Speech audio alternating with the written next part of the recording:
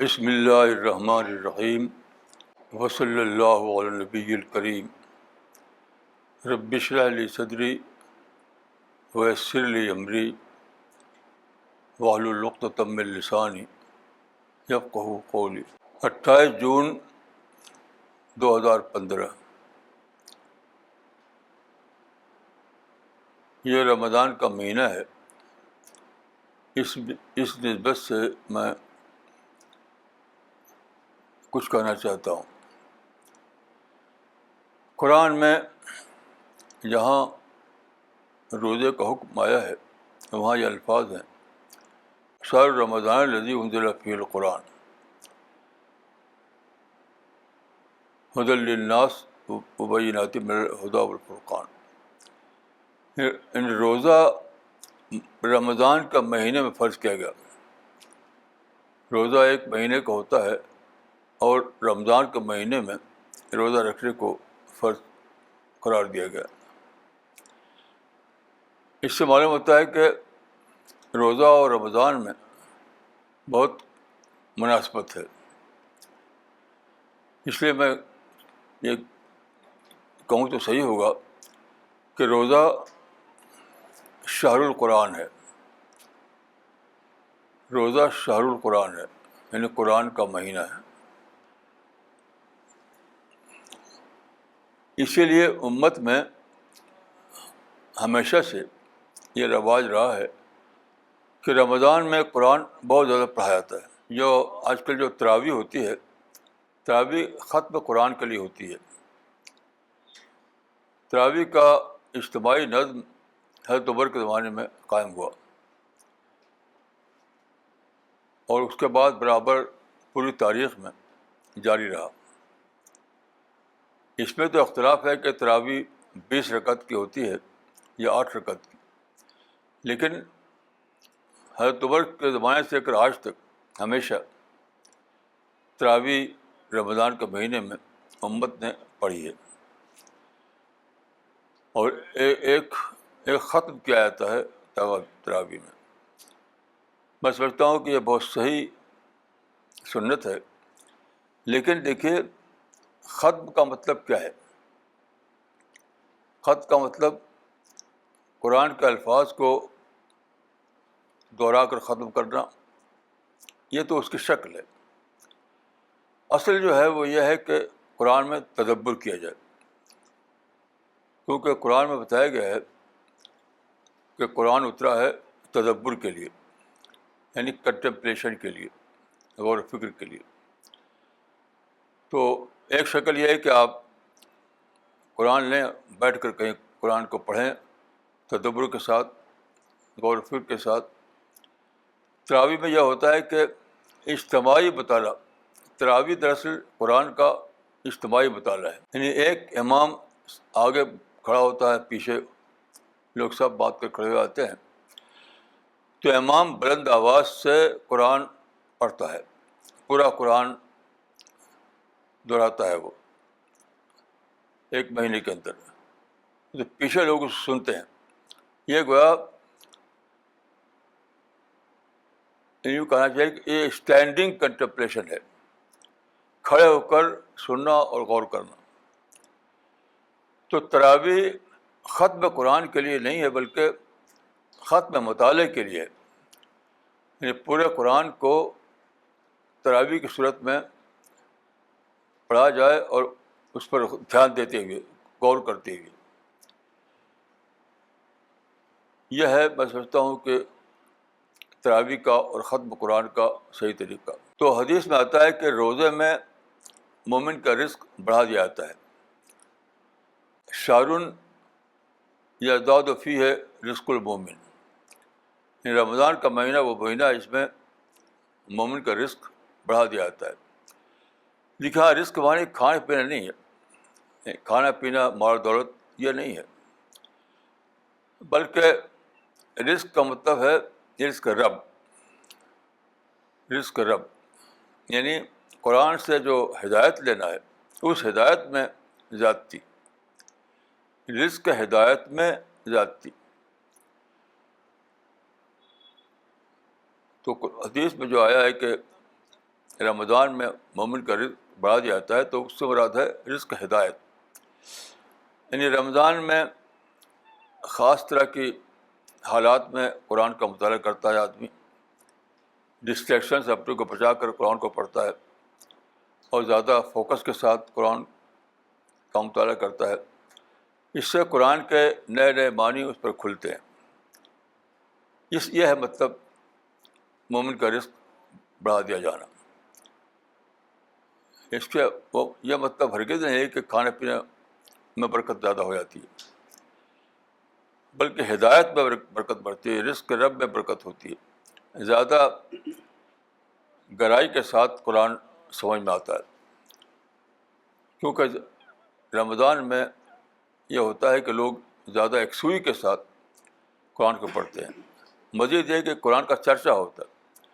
تراویح کے معنی یہ بھی سمجھ لیجیے کہ قرآن کا چرچا. جب بہت سے لوگ مل کر کے قرآن کو پڑھیں گے, سنیں گے, تو یہ گویا قرآن کا چرچا ہو گیا.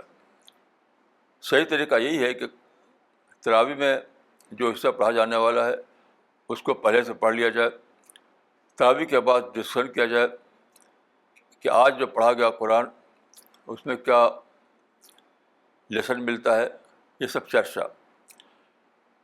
تو تراویح کا مطلب صرف ختم قرآن نہیں ہے, بلکہ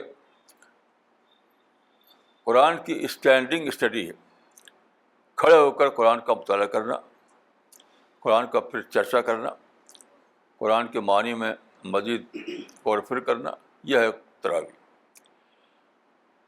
تو میں سمجھتا ہوں کہ ہر آدمی کو اس کا تجربہ ہوتا ہے اگر وہ صحیح معنوں میں قرآن پڑھے رمضان کے مہینے میں. مثلا میں اپنا ایک تجربہ بتاتا ہوں آپ کو. بہت دنوں سے یہ سوال تھا میرے ذہن میں کہ قرآن میں جو حروف مقطعات ہیں ان کا کیا مطلب ہے. حروف مقطعات کا مطلب ہے کہ آپ جانتے ہیں کہ قرآن میں بہت سی صورتیں ہیں جن کے شروع میں اس طرح کے الفاظ آتے ہیں, الف لام میم, الف لام را, یعنی قرآن کے شروع میں اس طرح کے الفاظ آتے ہیں, تو اس کو کہتے ہیں حروف مقطعات. حروف مقطعات کا مطلب ہے الگ الگ حروف, یعنی ڈس جوائنٹڈ لیٹرس. یہ حروف مقطعات آتے ہیں قرآن مجید میں, اس کا مطلب ہوتا ہے الگ الگ حروف, ڈس جوائنٹڈ لیٹرس. تو اس کا مطلب کیا ہے؟ تفسیروں میں بہت سی باتیں کی گئی ہیں, لیکن کوئی یعنی عقل کو اپیل کرنے والی باتیں نہیں ہیں. مجھ کو ایک چیز دریافت ہوئی اور سمجھتا ہوں کہ غالباً یہی مطلب ہے حروف مقطعات کا. حروف مقطعات کیا ہیں؟ جس کو ہم کہتے ہیں الفابیٹ, یعنی حروف تہجی. انہیں کو الگ الگ شکل بیان کیا جاتا ہے, یعنی حروف تہجی یا الفابیٹس کو الگ الگ ادا کرنا. میں سمجھتا ہوں کہ اس کا مطلب یہ ہے. اچھا, زبان کیا ہے؟ زبان الفابیٹ سے بنتی ہے. ہر زبان کے کچھ الفابیٹس ہوتے ہیں, جیسے انگریزی میں ABCD ہے Z تک, ایسی اردو میں الف ب ت سے ہے, عربی میں بھی یہی ہے, فارسی میں بھی یہی ہے. تو ہر زبان کے کچھ حروف ہوتے ہیں جن کو الفابیٹ کہتے ہیں, ان سے مل کر تمام الفاظ بنتے ہیں. تو میں سمجھتا ہوں کہ یہ جو حروف مقطعات ہیں اس کا مطلب یہ ہے کہ قرآن انسانی زبان میں ہے, قرآن کسی آسمانی زبان میں نہیں. قرآن جو ہے کوئی فرشتوں کی زبان میں ہو یا اہل جنت کی زبان میں ہو یا ملائے اعلیٰ کی زبان میں ہو, ایسا نہیں ہے. اس لیے انسانی زبان کو سمجھنے کے لیے جو اسلوب استعمال ہوتا ہے وہی اسلوب یہاں بھی استعمال ہوگا. ایسا نہیں کہ قرآن کے معنی بالکل مسٹیریس قسم کے ہیں, کوئی اسرار ہیں, وہ کچھ سمجھ میں نہیں آئیں گے, کیونکہ وہ بھی انسانی زبان ہے. جب انسانی زبان میں ہے تو وہ اسی ڈھنگ پر سمجھی جا سکتی ہے جس ڈھنگ پر دوسری زبانیں سمجھی جاتی ہیں. مثلا میں ایک مثال دیتا ہوں. قرآن میں ہے کہ اشداء علی الکفار، مومن کے بارے میں، کہ مومن منکرین پر سخت ہوتے ہیں. اب یہاں سخت لفظ جو ہے انسانی زبان میں ہے. یہ اس کا مطلب یہ نہیں کہ کروڈ ہوتے ہیں، ان کو ٹھیک سے بات نہیں کرتے ان سے، یہ مطلب نہیں ہے. بلکہ اس کا مطلب یہ ہے کہ وہ اہل انکار کا سے متاثر نہیں ہوتے، اہل انکار کے کلچر سے متاثر نہیں ہوتے، اہل انکار کلچر اپنا نہیں لیتے. ایسا نہیں ہوتا، اپنی اپنی آئیڈینٹی کو برقرار رکھتے ہیں، یہ مطلب ہے. ایسے دیکھیے قرآن میں آیا ہے کہ وَكَأَيٍّ مِّن نَبِيٍّ قَاتَلَ مَعَهُ رِبِّيُّونَ كَثِيرٌ فَمَا وَهَنُوا مَا أَصَابَهُمْ فِي سَبِيلِ اللَّهِ وَمَا ضَعُفُوا وَمَا اسْتَكَانُوا. یعنی بہت سے نبی ہیں جن کے ساتھ ان کے ساتھیوں نے جنگ کی، قتال کیا. آپ اس آیت کو لے کر بہت مفسرین بہت سے نکالتے ہیں، مطلب کہ فلاں نے جنگ کی، فلاں نے جنگ کی، حالانکہ تاریخی طور پر کوئی ثابت نہیں. یہ قرآن میں کسی بھی نبی کے بارے میں رسول اللہ کے علاوہ یہ مذکور نہیں ہے کہ انہوں نے لڑائی کی تھی. ہے ہی نہیں کسی نبی کے بارے میں. حضرت موسیٰ کے بارے میں نہیں ہے، کسی کے بارے میں نہیں، حضرت ابراہیم کے بارے میں نہیں ہے. تو ادھر ادھر سے نکالتے ہیں کچھ بائبل وغیرہ سے کہ فلاں نے لڑائی کی تھی. میں سمجھتا ہوں کہ وہ سب irrelevant ہے. اصل بات ہے کہ یہ انسان کی زبان میں ہے. قاتلو جو ہے کہ لڑائی کی ان کے ساتھ مل کر لوگوں نے، وہ انسان کی زبان میں ہے. جیسے جب کہیں آفت آتی ہے، فلڈ آتا ہے، تو ابھی جیسے کشمیر میں فلڈ آیا تھا، تو آپ نے دیکھا ہوگا میڈیا میں کہ گورنمنٹ نے وار فوٹنگ پر ریلیف پہنچایا. یعنی گورنمنٹ نے کشمیر کے لوگوں کو وار فوٹنگ پر مسلسل ریلیف پہنچانے کا کام کیا. تو وار فوٹنگ کیا ہے؟ اس کا مطلب نہیں کہ لڑائی کی، وہاں ہتھیار بھیجے. وار فوٹنگ کا مطلب یہ ہے کہ بہت بہت زیادہ محنت کیا. یہ وار کا لفظ وار کے معنی میں نہیں ہے. تو یہ عام ہے، ہر زبان میں ایسا ہے. جیسے میں نے ایک لیڈر کی تقریر سنی، انہوں نے کہا کہ ہماری لڑائی فرقہ پرستی سے ہے. تو فرقہ پرستی جو ہے کوئی فوج نہیں کہ اس سے آپ جا کے لڑیں گے. تو فرقہ پرستی کو ختم کرنے کے لیے جو کوشش کریں گے وہ، تو اس کو بہت زیادہ ایمفیسائز کرنے کے لیے انہوں نے لڑائی کا لفظ استعمال کیا. ایسے ریلیف ورک کو بہت زیادہ ایمفیسائز کرنے کے لیے کہا گیا وار فوٹنگ پر. تو یہاں پہ دیکھیے قاتلو جو ہے کہ بہت سے نبی ہیں جن کے ساتھیوں نے ان کے ساتھ مل کر لڑائی کی، قتال کیا. یہاں قتال لفظی معنی میں نہیں ہے، اسٹرگل کے معنی میں ہے، جدوجہد کے معنی میں ہے، بہت زیادہ محنت کرنے کے معنی میں. پھر میں نے دیکھا لسان عرب جو بہت بڑی لغت ہے عربی زبان کی، تو ایگزیکٹلی مطلب لکھا ہوا اس میں لکھا ہوا کہ قتال کا لفظ ہمیشہ لفظی معنی میں نہیں آتا. قتال کا نام پیسفل جدوجہد کے لیے بھی آتا ہے. تو یہاں پر جو آیا ہے قاتل معه ربیون کثیر، تو وہ حاربہ کے معنی میں نہیں ہے، حاربہ نہیں بلکہ جاہدہ کے معنی ہے، یعنی زبردست کوشش کی دعوت کے لیے. مشن تو سب کا دعوت اللہ تھا، تمام نبیوں کا. تو اس کا مطلب یہ ہے کہ بہت سے نبی ہیں جن کے ساتھ لوگوں نے ساتھ دیا ان کا، اور مل کر کے بہت زبردست کوشش کی دعوت اللہ کے لیے پیسفل انداز میں. یہ مطلب ہے. تو یہ اس وقت مجھے سمجھ میں آیا جب کہ مجھے یہ دریافت ہوئی کہ حروف مقطعات کا مطلب ہے کہ قرآن انسانی زبان میں ہے، وہ کسی ملکوتی زبان میں نہیں ہے، وہ جنت کی زبان میں نہیں ہے، مال اعلیٰ کی زبان میں نہیں ہے. تو انسانی زبان کی کسی کتاب کو جس طرح سمجھا جاتا ہے اس طرح قرآن بھی سمجھایا جائے گا. تو یہ کتنی بڑی بات ہے. تو رمضان کا مہینہ قرآن کا مہینہ ہے.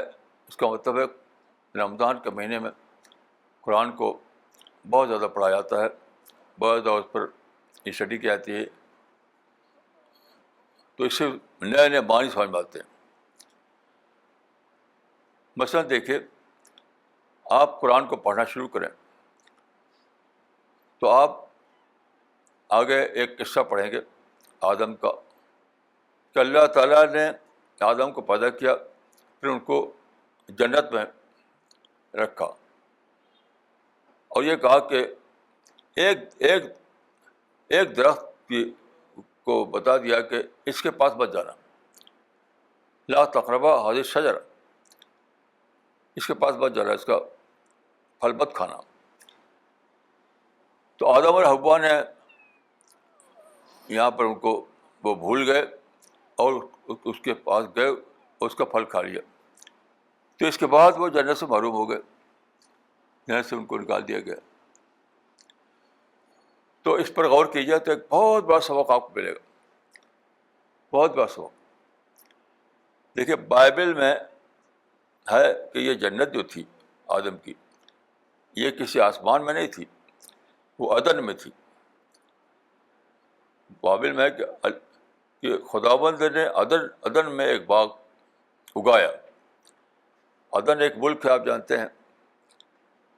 تو بائبل کے مطابق وہ جنت پہلی جہاں بسائے گئے تھے حوا, جہاں آدم اور حوا, وہ عدن میں تھی. میں نہیں کہتا کہ واقعتاً یہی ہے, لیکن قرآن میں تو ایسا نہیں ہے.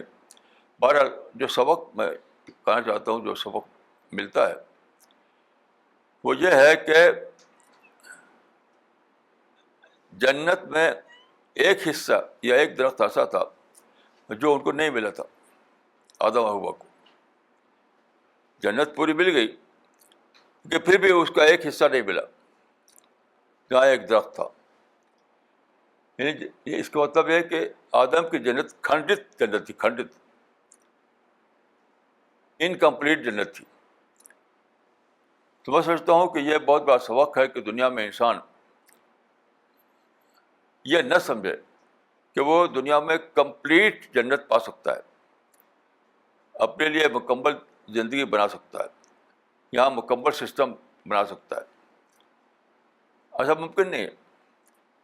یہاں پر انکمپلیٹ دنیا ہوگی انسان کی, انکمپلیٹ جنت جو بنائے گا وہ انکمپلیٹ ہوگی, جو سسٹم بنائے گا وہ انکمپلیٹ سسٹم ہوگا.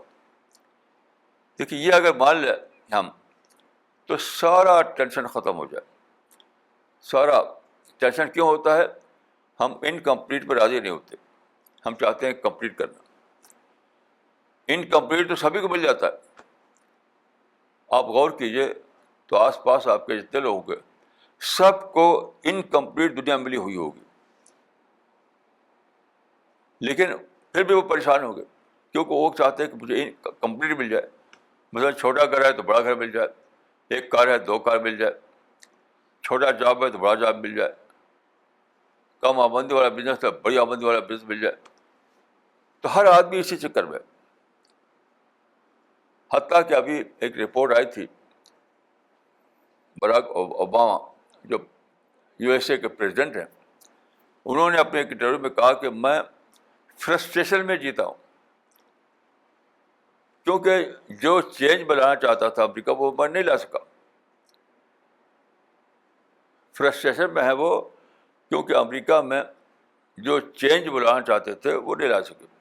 اب دیکھیں 2 ٹرم ملا ان کو, 2 ٹرم, تو وہ بھی اس میں ہے کیونکہ چینج تو لائے کچھ نہ کچھ, بہت سے کام کیے انہوں نے, لیکن جو ان کا آئیڈیل کانسیپٹ تھا آئیڈیل وہ نہیں پورا ہوا. تو یہ میں سمجھتا ہوں کہ قرآن میں بہت بڑا سبق دیا گیا ہے کہ کبھی تم آئیڈیل کے پیچھے مت بھاگو. آئیڈیل سے کم ملے گا تم کو, ہمیشہ جو ملے گا لیس دین آئیڈیل ملے گا.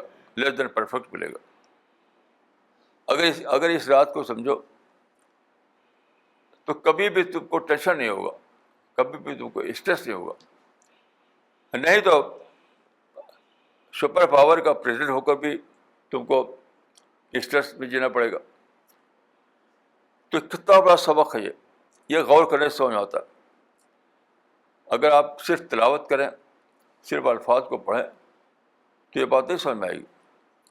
لیکن جب آپ غور کریں تب یہ باتیں کھلیں گی آپ کہ اللہ تعالیٰ نے آدم اور جنت کے قصے کو جو بیان کیا ہے وہ خام خواہ تو نہیں ہو سکتا,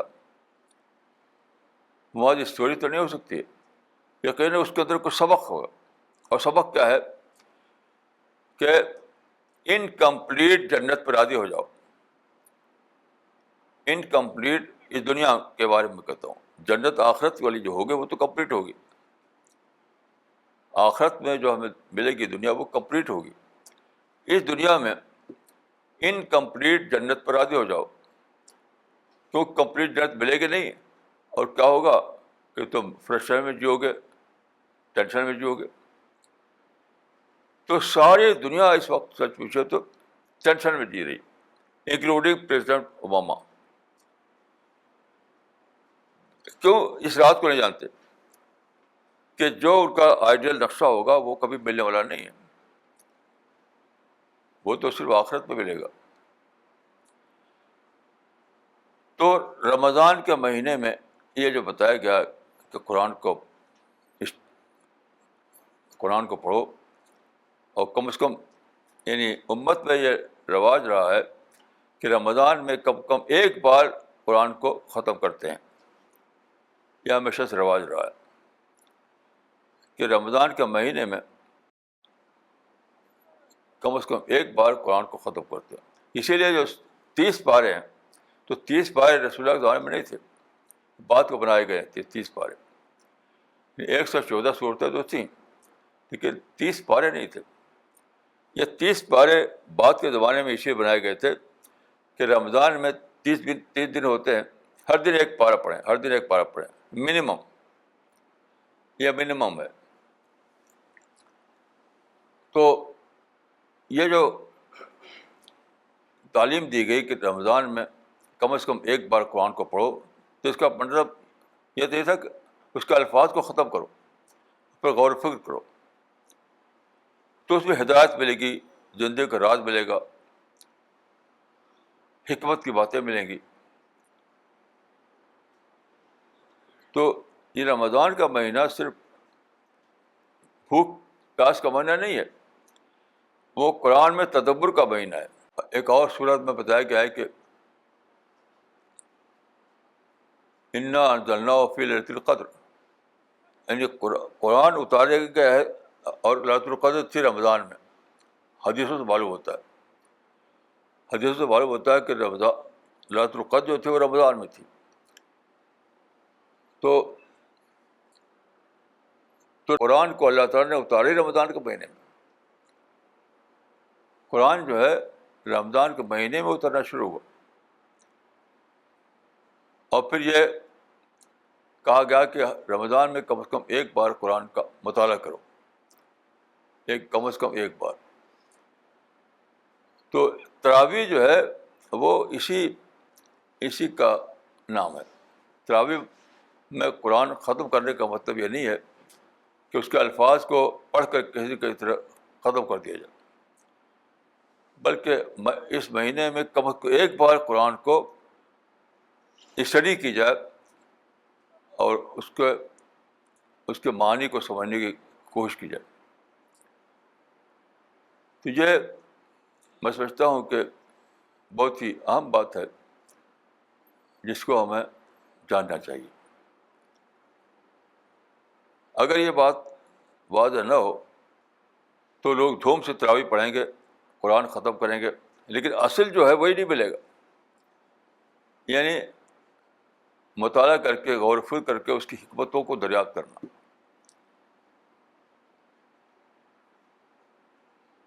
میں جب اعظم گڑھ میں تھا تو وہاں ایک تھے مولانا مجیب اللہ ندوی.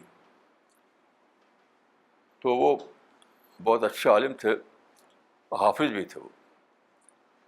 تو وہ رمضان میں تراویح سناتے تھے. ان کا طریقہ یہ تھا کہ بہت زیادہ، یعنی وہ رک رک کر پڑھتے تھے. جیسے عام طور پر مسجدوں میں بہت تیز پڑھتے ہیں، بہت تیز پڑھتے ہیں، لیکن وہ رک رک کر پڑھتے تھے. تو اس سے آدمی کو موقع ملتا تھا کہ وہ اس کو سنا تو اور اس پر غور کرتا جائے. میں ان کے گھر سے تقریباً 1 کلومیٹر دور تھا، آدھگوڑ میں. آدھگوڑ میں میرا گھر جو تھا، ان کا گھر، ان کے گھر کے پاس ایک مسجد تھی، وہاں وہ آتے تھے. تو میں رمضان میں روزانہ وہاں جایا کرتا تھا، اس مسجد میں. اور وہ 1.25 پارہ پڑھتے تھے عام طور پر. تو میں کوشش کرتا تھا کہ اس 1.25 پارے کو پیشگی میں پڑھ لوں اور پھر سنوں. تو اس جو سنت، وہ جو سناتے تھے، جو ٹھہر ٹھہر کے، تو ایک ایک لفظ صاف سنائی دیتا تھا. ایک ایک لفظ پر موقع ملتا تھا کہ آدمی غور کرے. یہی طریقہ صحیح ہے تراویح کا. آج کل جو تراویح پڑھتے ہیں کہ بس صرف عالمون تعلمون سنائی دیتا ہے، باقی کچھ سمجھنے تک کیا پڑھا انہوں نے. جو کھڑے رہتے ہیں وہ صحیح طریقہ نہیں ہے. جو طریقہ تھا مولانا مجیب الرحمن کا، وہ مجھے بہت پسند تھا. تو میں اپنے گھر سے جایا کرتا تھا وہاں، جو تقریباً 1 کلومیٹر کی دوری پر تھا، ایک شاید سے کچھ کم ہو. تو تراویح ایک بہت ہی اچھی روایت ہے، بشرطے کہ اس کو مطالعہ قرآن کے ہم معنی بنا دیا جائے. کیونکہ جب امام جو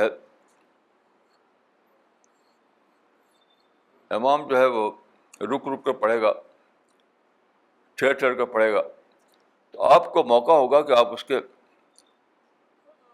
کے الفاظ کو دھیان دیتے رہیں، غور کرتے رہیں، سمجھتے رہیں اس کو. لیکن جو رواج پڑ گیا ہے تراویح سنانے کا، فر فر فر فر فر فر فر، اس سے تو کوئی فائدہ نہیں ملتا، اس سے کوئی فائدہ نہیں ملتا. تو رمضان کا مہینے کو کہا جاتا ہے کہ برکت کا مہینہ ہے. برکت کا مہینہ ہے، اس کا مطلب کیا ہے؟ برکت کا معنی یہی ہے کہ زیادہ جب آپ کا ذہن بیدار ہوگا، زیادہ آپ کی حساسیت جاگے گی، زیادہ آپ کے اندر ربانیت آئے گی، زیادہ آپ غور و فکر کریں گے اللہ والی باتوں پر، تو آپ زیادہ زندہ انسان بن جائیں گے، اور زیادہ آپ کو رزق رب ملے گا، زیادہ آپ کو رزق روحانیت ملے گی، زیادہ گہرے معنی معرفت کے آپ پر کھلتے چلے جائیں گے. یہ مطلب ہے. یعنی برکت، رمضان برکت کا مہینہ ہے، کوئی مسٹیریس معنی میں نہیں ہے، مسٹیریس معنی میں نہیں ہے، بلکہ وہ بالکل یعنی ریشنلی انڈرسٹینڈیبل ہے کہ جب آپ زیادہ، آپ کا مائنڈ زیادہ ایکٹیو ہوگا، زیادہ اویکنڈ ہوگا، زیادہ دھیان کے ساتھ آپ قرآن کو پڑھیں گے، تراویح میں قرآن کو سنیں گے زیادہ دھیان کے ساتھ، تو آپ کو روزانہ کچھ نئے نئے رزق ملیں گے، نئے نئے معنی کھلے گا آپ کے اوپر، اللہ سے قربت آپ کی بڑھے گی. یہ ہوگا. ایسے دیکھیے، وہ جو آیت میں نے پڑھی، اس کا دوسرا حصہ یہ ہے کہ ان پر فما وہنوا ما اصابہم فی سبیل اللہ وما ضعفوا واستکانوا. تو بظاہر لوگ اس کا مطلب لیتے ہیں کہ جنگ میں وہ، یہاں 3 لفظ ہیں دیکھیے، فما وہنوا وما ضعفوا واستکانوا، 3 لفظ ہیں. تینوں قریب، تینوں کے معنی قریب قریب ہے. یعنی ڈس ہارڈن نہیں ہوئے، وہ بس ہمت نہیں ہوئے. اللہ کے راستے میں ان پر جو کچھ بیتا ان کے اوپر، تو اس پر وہ، ان کے اندر وہن نہیں آیا، ضعف نہیں آیا، استقالت نہیں آیا. یہ 3 لفظ ہیں، لیکن تینوں کے معنی قریب قریب ایک ہے. یعنی پس ہمت نہیں ہوئی، ڈس ہارڈن نہیں ہوئی. تو اس کو مطلب سمجھتے ہیں کہ کیونکہ وہاں قاتلو کا لفظ آ گیا ہے تو اس کو جنگ کے معنی میں لیتے ہیں. تو میدان جنگ میں اگر اس آیت کا یعنی اپلیکیشن ہے تو وہ تو کبھی کبھی ہوتا ہے. خود رسول اللہ کی زندگی میں 4 بار صرف ہوا تھا 23 سال میں 4 دن. تو کیا 4 دن کے سوا اس آیت کا کوئی اپلیکیشن نہیں ہے؟ تو اس پر سوچتے ہوئے میں سمجھا کہ یہ ڈیلی لائف کے بارے میں ہے, یہ جنگ کے میدان کے بارے میں نہیں ہے. دیکھیے آدمی ڈیلی لائف میں بار بار پسچمت ہو جاتا ہے. پسچمت مانے اس کی دل ٹوٹ جاتا ہے. کیوں؟ دنیا میں جن لوگوں کے ساتھ رہتا ہے وہ تو بار بار ایسا ہوتا ہے کہ اس کی امیدیں پوری نہیں ہوتی. کہیں بار بار ایسا ہوتا ہے کہ وہ افنڈ ہو جاتا ہے. بار بار ایسا ہوتا ہے کہ اس کو کوئی تکلیف پہنچ جاتی ہے. تو اس سے پسچمت ہو جاتا ہے, اس کا دل ٹوٹ جاتا ہے, ڈس ہارڈنڈ ہو جاتا ہے. اس سے منع کیا گیا کہ یہ تو ہوگا ہی, یہ تو ٹیسٹ ہے, ہوگا ہی. ایسی باتیں ضرور پیش آئیں گی کہ تم افنڈ ہو جاؤ, ایسی باتیں ضرور پیش آئیں گی جس سے تمہارا دل ٹوٹ جائے, پسچمتی آ جائے. لیکن اس کو فوراً کے فوراً صحیح کر لینا ہے, صحیح فوراً اس سے باہر آنا ہے, فوراً کے فوراً. وما وہنوا ما اصابہم فی سبیل اللہ وما ضعفوا وما استکانوا. کہ دنیا کی زندگی میں لوگوں کے ساتھ زندگی گزارتے ہوئے جو لوگوں سے انوانٹیڈ تجربہ ہو, لوگوں کی طرف سے جو ایسی باتیں پیش آئیں کہ تمہارا دل ٹوٹ جائے, تم افنڈ ہو جاؤ, تو اس کو افیکٹو نہ ہونے دو. وہاں لڑائی کی بات نہیں ہے, اس کو افیکٹو نہ ہونے دو, اس سے اثر نہ لو. یعنی وہ ایسا نہ ہو کہ وہ تمہارے اندر نگیٹو بن کر رہ جائے. اس کو نکال دو تاکہ تمہاری پازیٹیو باقی رہے. اس سے پہلے میں نے ایک قصہ آپ سے سنایا تھا, اس کو میں دہراتا ہوں کہ رسول اللہ صلی اللہ علیہ وسلم ایک بار بیٹھے ہوئے تھے کچھ صحابہ کے ساتھ, تو ایک شخص سامنے سے گزرا. اس نے سلام بھی نہیں کیا, بس گزر گیا وہ. تو رسول اللہ نے اس کو دیکھ کر کہا کہ یہ جنتی ہے. یعنی اس نے نہ آ کر بیٹھا, نہ بات چیت کی, نہ سلام کیا, وہ بس گزر گیا. تو آپ نے کہا کہ یہ جنتی ہے. تو ایک صحابی کہتے ہیں کہ مجھے یہ شوق ہوا کہ میں پتہ کروں کہ اس کے کون سا عمل یہ کرتا ہے کہ جس نے اس کو جنتی بنا دیا ہے. تو میں اس کے گھر گیا. تو اس قدیم زمانے میں یہ رواج تھا کہ 3 دن کی مہمانی ہوا کرتی تھی. قدیم زمانے جب ہوٹل نہیں تھے تو لوگ ٹھہرتے تھے گھروں میں. تو وہ گیا, اس نے کہا کہ میں تمہارے یہاں 3 دن ٹھہروں گا. تو اس نے کہا ٹھیک ہے. تو 3 دن صبح شام. آخری بار جب وہ جانے کے لیے تیار ہوا, اس نے کہا کہ صاحب خانہ سے کہ میں اب جا رہا ہوں. تو اس سے پوچھا کہ یہ بتاؤ کہ تم آئے کس لیے تھے, کیونکہ اس نے بتایا نہیں تھا کہ میں کیوں آیا ہوں. تو آخری دن اس نے بتایا کہ رسول اللہ نے ایسا کہا تھا کہ تمہارے بارے میں کہ تم جنتی ہو, تو میں پتہ کرنے آیا تھا. میں تمہاری زندگی میں نے کچھ خاص بات تو دیکھی نہیں کہ تم بہت زیادہ نماز پڑھتے ہو, بہت زیادہ روزہ رکھتے ہو, بہت زیادہ تلاوت کرتے ہو, ایسا کچھ پایا نہیں میں. تو اس شخص نے کہا کہ تم نے جیسا مجھ کو دیکھا ویسے ہی میں ہوں, البتہ ایک صفت میرے اندر ہے, وہ یہ ہے کہ لا اجد فی قلبی غشا لاحد, لا اجد فی قلبی غشا لاحد. یعنی لوگ مجھے افینڈ کریں, لوگ مجھے کوئی تکلیف پہنچائیں, لوگوں سے مجھے انوانٹیڈ کوئی ایکسپیرئنس ہو, لیکن میں اس کو دل میں رکھ نہیں لیتا.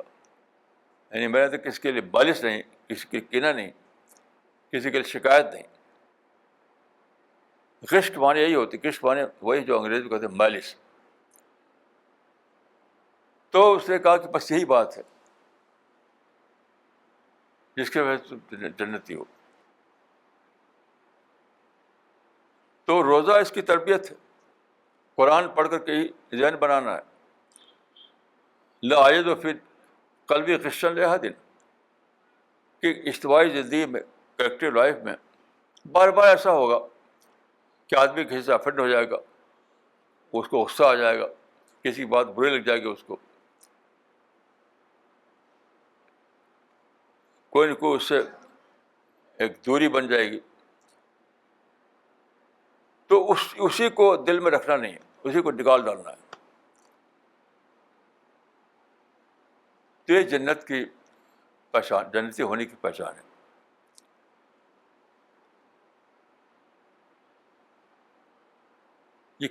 یہ بہت ہی بڑی بات ہے جو ہم قرآن میں غور و فکر کرنے سے جانتے ہیں.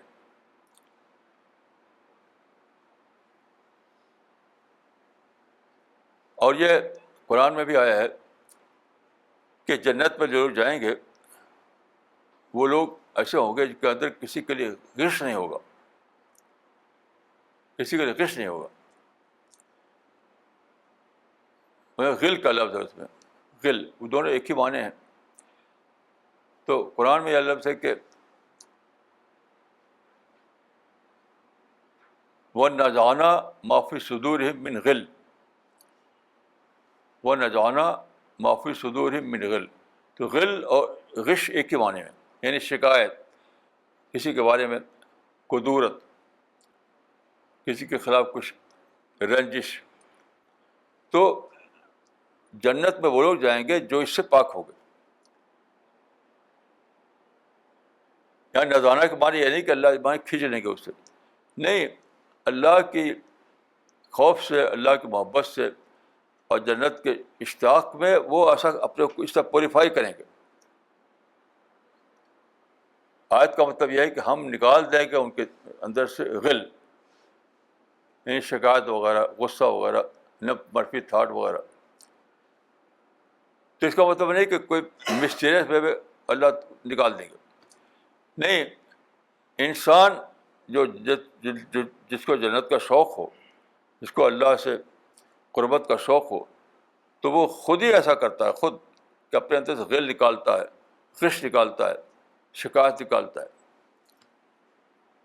تو غل اور غش کا مطلب یہ ہے کہ مالس، نگیٹو تھاٹ، کینہ، رنجش کہتے ہیں، رنجش. تو اس سے جو لوگ پاک ہوں وہی جنت میں داخل کیے جائیں گے. تو یہ قرآن میں بھی ہے، یہ حدیث میں بھی ہے. یہ تو یہی سب باتیں ہیں جن کی تربیت کا یہ مہینہ ہے. یعنی رمضان کا مہینہ جو ہے سچ پوچھے تو تربیت کا مہینہ ہے. تربیت، رمضان کا مہینہ بھوک پیاس کا مہینہ نہیں ہے. بھوک پیاس تو اس کی ظاہری شکل ہے.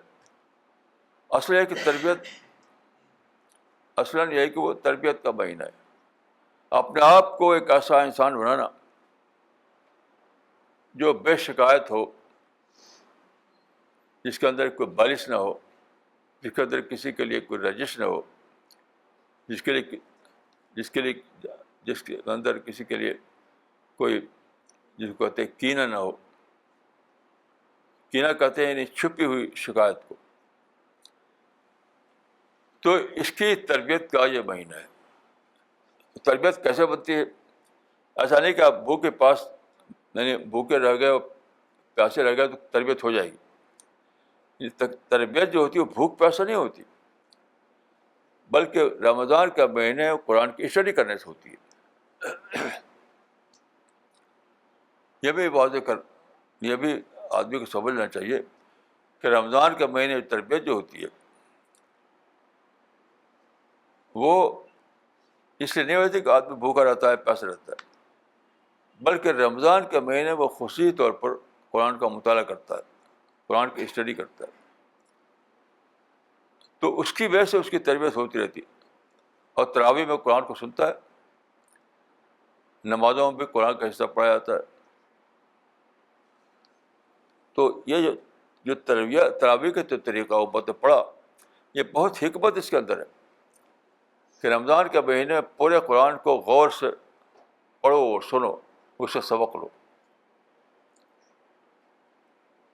لوگوں نے بس اس بحث پر سارا ہوگا کہ 20 رکعت ہے 8 رکعت ہے، 20 رکعت 8 رکعت، بڑی بحثیں اس پر ہیں، اس میں بڑی بحث ہے کہ 8 رکعت ہے کہ 20 رکعت ہے، 8 رکعت ہے کہ 20 رکعت. یہ تو ظاہری چیزیں ہیں، چاہے آپ 20 رکعت پڑھیں چاہے 8 رکعت پڑھیں. اصل چیز یہ ہے کہ آپ رمضان کے مہینے میں کو قرآن کی تلاوت کا، قرآن کے مطالعے کا مہینہ بنا دیں. خود سے بھی پڑھیں، تراویح میں سنیں، نماز میں سنیں اور اس سے سبق لیں.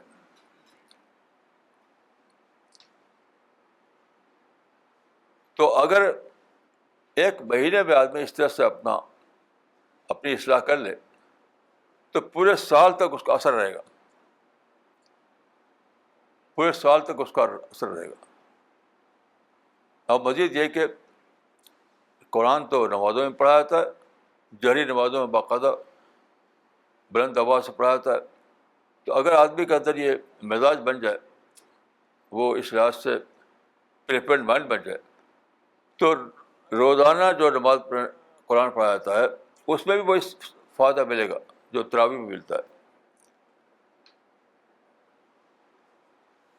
تو میں سمجھتا ہوں کہ یہ کہنا صحیح ہے کہ رمضان، یہ کہنا صحیح ہے کہ روزہ شہر القرآن ہے، روزہ شہر القرآن ہے. یعنی زیادہ سے زیادہ قرآن سے قرآن سے تعلق قائم کرنے کا مہینہ، زیادہ سے زیادہ قرآن سے تعلق قائم کرنے کا مہینہ.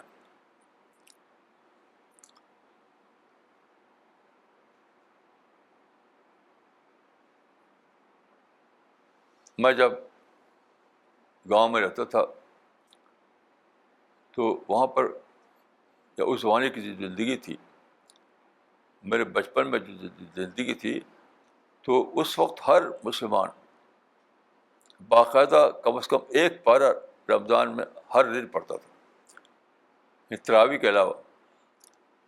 وہاں اس کو ہر مسلمان میرے پاس ایک قرآن ہوا کرتا تھا جو کہتے ہیں نظامی قرآن. اب تو نظامی قرآن کا رواج نہیں ہے، تو وہ اس سے پڑھتا تھا. تو ہمارے بچپن یا ہماری نوجوانی کی عمر میں ایک رواج تھا کہ ہر آدمی لازماً ایک پارہ پڑھتا تھا، لیکن بس پڑھنا ہوتا تھا، غور کرنا نہیں ہوتا تھا. غور کرنا نہیں ہوتا. اصل چیز ہے کہ قرآن کے معنی پر غور کیا جائے، قرآن سے سبق لیا جائے. مثلاً آپ دیکھیے، آپ قرآن کھولیں تو پہلی آیت جو ملے گی الحمدللہ رب العالمین. تو عام طور پر لوگ پڑھ لیتے ہیں، پڑھ کر گزر جاتے ہیں، لیکن آپ اس پر غور کریں. صحیح پڑھنا یہ ہے کہ اس پر غور کیا جائے. تو غور کیا جائے کہ ہم الحمدللہ رب العالمین کے معنی آپ سمجھ آئیں گے غور کرنے کے بعد کہ ہم دی اسپرٹ میں جینا. ہم مانے شکر، یعنی شکر کے کیفیت میں جینا، ہم دی اسپرٹ میں جینا. تو وہ کیسے ہوگا؟ کیونکہ دنیا میں تو ہمیشہ کچھ نہ کچھ انوانٹیڈ سچویشن پیش آتی ہے. آدمی کا افنڈ ہو جاتا ہے، کہ غصہ آ جاتا ہے، کہ شکایت آ جاتی ہے، تو ہوتے ہی ہوتا ہے. تو ہم دی اسپرٹ میں کیسے جیا جائے؟ یعنی مسلسل طور پر شکر کا جذبہ کیسے آدمی کے اندر باقی رہے. تب آپ غور جب کریں گے، غور تو شکر، تو تب آپ دریافت کریں گے کہ اس کے ساتھ صبر ہے. یعنی شکر کے ساتھ صبر ہے. صبر کا مطلب کیا ہے؟ بھلانا. تو ہم دی اسپرٹ میں آدمی جب جیے گا جب کہ اس کے اندر یہ مزاج ہو کہ شکایت کی باتوں کو بھلائے، جس پر انسان افیکٹ ہو جاتا ہے اس کو بھلائے، جس پر آدمی کو برا لگ جاتا ہے اسے بھلائے. تب یہ ممکن ہوگا کہ آدمی ہم دی اسپرٹ میں جیے. یہ غور کرنے سے معلوم ہوگا. ورنہ آدمی پڑھ کے گزرے گا اور اس میں جو حکمت ہے اس سے بے خبر رہے گا. تو الحمدللہ رب العالمین کا مطلب یہ ہے کہ اے بندے، تو ہم دی اسپرٹ میں جینا سیکھ. یعنی اللہ کے شکر میں جینا سیکھ.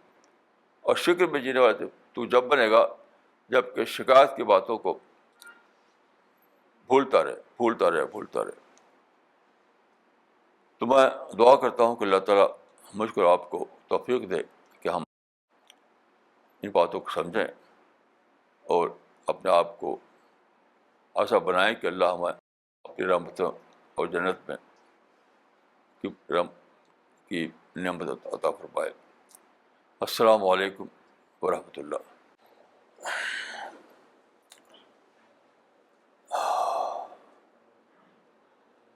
ربنا آتنا فی الدنیا حسنہ وفی الآخرۃ حسنہ وقنا عذاب النار.